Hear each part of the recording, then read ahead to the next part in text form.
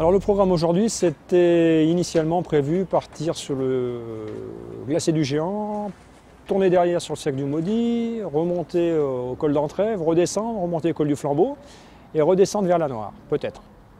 Première partie de journée, le temps était avec nous, donc c'était relativement dégagé. Les nuages étaient sur les sommets côté italien. Ils écoutent bien les consignes, ils ont conscience, on a réussi à leur transmettre que la montagne c'est un réel plaisir. Par contre il y a plein de petits dangers autour, et petits peut-être pas, mais en tout cas il y a des dangers. Et ça c'est important, ils le comprennent, et quand on leur donne des consignes, ils les écoutent, et ça c'est très agréable.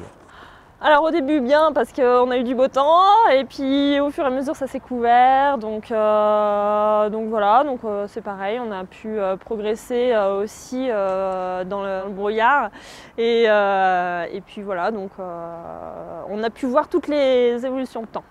Les conditions ont vite viré au mauvais, le mauvais temps est arrivé beaucoup plus tôt que prévu, à partir de midi, avec une visibilité quasi nulle, donc on a préféré remonter jusqu'à l'aiguille du Midi, avec un passage par le refuge des Cosmiques, notre futur refuge pour le projet du Mont Blanc.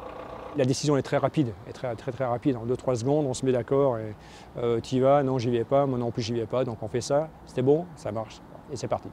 On va mettre les pots pour l'instant, on va remonter l'aiguille et en fonction de l'heure on descendra jusqu'en bas, jusqu'à Cham. Voilà. On va pas là-bas pour l'instant, c'est pas très bon. On risque de se faire coincer. Et c'est pas le but de la journée, quoi. Si on engage la descente, on ne pourra pas faire de montée, et du coup tout ce qui est globules, encordement sur glacier, on ne peut pas le voir, et c'est quand même le thème de la journée, donc on décide de ne pas descendre, de remonter. Et déjà à ce moment-là, on est déjà en train d'anticiper sur la remontée directe à l'aiguille du Midi.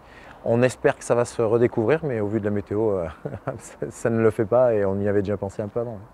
Alors on apprend les manips de corde, le cramponnage, on apprend à évoluer sur le terrain suivant la météo, tout ça, donc c'est vrai que c'est intéressant, et puis même au niveau physique. C'était dur quand même, hein. On a passé toute la journée à 3000 mètres, et c'est vrai qu'avec le matériel de randonnée, moi aujourd'hui je l'ai senti, quoi.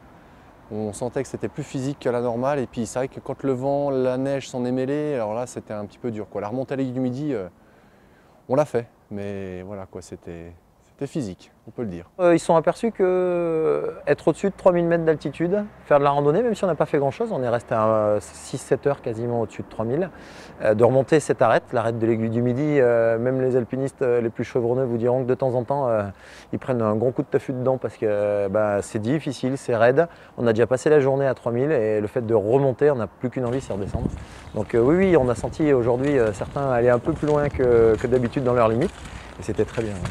On découvre un petit peu nos limites, on découvre quand on est un petit peu fatigué et tout, et puis que le temps s'en mêle, c'est vrai que ça a tendance à puiser un peu dans les réserves plus rapidement, quoi.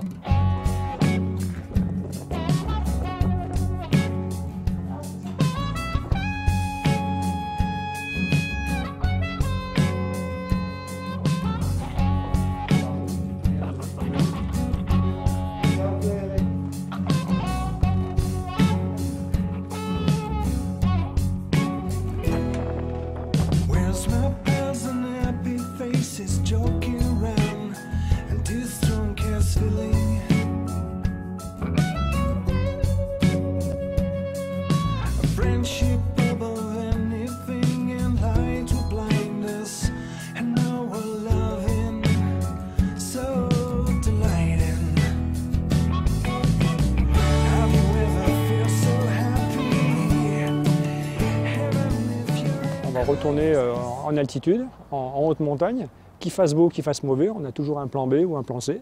Et il faut y retourner, il suffit simplement de discuter avec les personnes, avec les 4 candidats, et faire passer des petits messages en les soutenant moralement, et ça passe, il n'y a aucun souci.